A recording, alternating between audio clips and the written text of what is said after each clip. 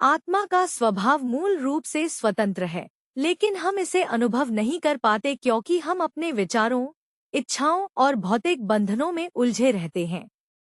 जब तक हम स्वयं को शरीर और मन के रूप में देखते हैं, तब तक हमें लगता है कि हम सीमित हैं। लेकिन जैसे ही हम अपनी आत्मा की वास्तविकता को समझते हैं, तब हमें एहसास होता है कि हम पहले से ही मुक्त हैं। मुक्ति प्राप्त करने का अर्थ किसी स्थान या स्थिति को छोड़ना नहीं, बल्कि अपने भीतर के सत्य को पहचानना है। बहुत से लोग मानते हैं कि मोक्ष या मुक्ति केवल मृत्यु के बाद संभव है, लेकिन वास्तव में इसे इसी जीवन में भी अनुभव किया जा सकता है।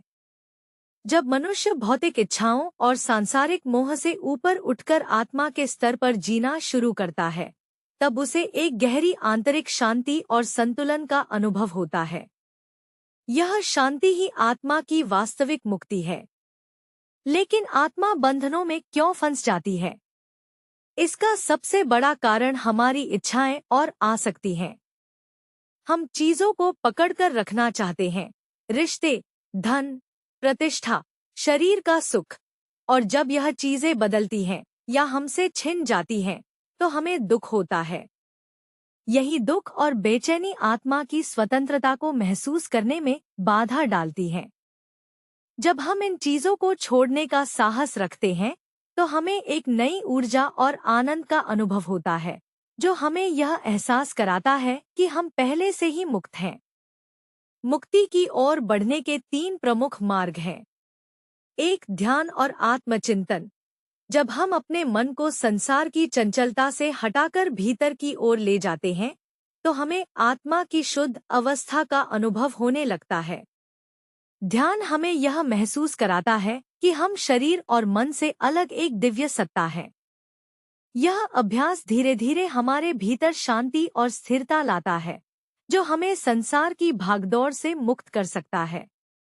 भगवद गीता में ध्यान और आत्मचिंतन को आत्मा की शुद्ध अवस्था को पहचानने का सबसे प्रभावी साधन बताया गया है। भगवान श्री कृष्ण अर्जुन को बताते हैं कि जब मनुष्य संसार के चंचल आकर्षणों से हटकर अपने भीतर स्थित आत्मा का साक्षात्कार करता है, तब उसे वास्तविक शांति और स्थिरता प्राप्त होती है। ध्यानेनात्मनि पश्यन्ति केचिदात्मानमात्मना। कुछ लोग ध्यान के माध्यम से अपनी आत्मा को अपनी ही आत्मा में देखते हैं। इसका अर्थ यह है कि जब व्यक्ति ध्यान द्वारा अपनी चेतना को बाहरी संसार से हटाकर भीतर केंद्रित करता है, तो उसे आत्मा की वास्तविक शुद्धता का अनुभव होने लगता है। यह आत्मा न तो मन है, न शरीर, बल्कि यह एक दिव्य सत्ता है, जो सदा मुक्त और शाश्वत है। तब विद्यात् दोहक संयोग वियोगम योग संज्ञितम। जिस अवस्था में सभी दुखों से पूर्ण रूप से अलग हो जाने का अनुभव होता है, उसे ही योग कहते हैं। इसका अर्थ यह है कि जब हम ध्यान के माध्यम से अपने मन को संसार के भ्रम से अलग कर लेते हैं, तो हम परम आनंद और स्थिरता को अनुभव करने लगते हैं। यही आत्मचिंतन की उच्च अवस्था है, जहां हमें बंधनों से मुक्ति मिलती है। रामायण में भी ध्यान और आत्मचिंतन को आत्मा की शुद्ध अवस्था को पहचानने का एक प्रभावी साधन बताया गया है। जब तप ध्यान निरत मुनि जोगी, परम पुनीत न पुनहि भव भोगी। जो मुनि और योगी जप, तप और ध्यान में निरंतर लीन रहते हैं, वे परम पवित्र होते हैं और पुनः संसार के भोगों में नहीं पड़ते। कपट रहित रघुपति गुण गाहा, जपत समाधि न दूसर चाहा। जो व्यक्ति कपट छोड़कर भगवान श्रीराम के गुणों का ध्यान करता है, वह ध्यान और समाधि में स्थित हो जाता है और फिर किसी और चीज की इच्छा नहीं करता। 2. भक्ति और समर्पण। जब हम अपने जीवन को केवल अपने व्यक्तिगत सुख के लिए नहीं, बल्कि एक उच्च शक्ति के प्रति समर्पित कर देते हैं, तो हमारा अहंकार समाप्त होने लगता है। निःस्वार्थ प्रेम और भक्ति से आत्मा में जागरूकता आती है, जिससे हम संसार के बंधनों से ऊपर उठने लगते हैं। भक्ति और समर्पण के विषय में भगवद गीता में निम्नलिखित संदर्भ है। मन्मना भव मद्भक्तो मद्याजी मां नमस्कुरु, मामेवैश्यसि सत्यन्ते प्रतिजाने प्रियोसी में। भगवान अर्जुन से कहते हैं, तू मुझ में मन लगा, मेरा भक्त बन, मेरी पूजा कर और मुझे नमस्कार कर। इस प्रकार तू मुझे ही प्राप्त करेगा। मैं तुझसे सत्य कहता हूँ, क्योंकि तू मुझे प्रिय है। सर्वधर्मान् परित्यज्य मामेकं शरणं व्रज, अहं त्वा सर्वपापेभ्यो मोक्षयिष्यामि मा शुचः।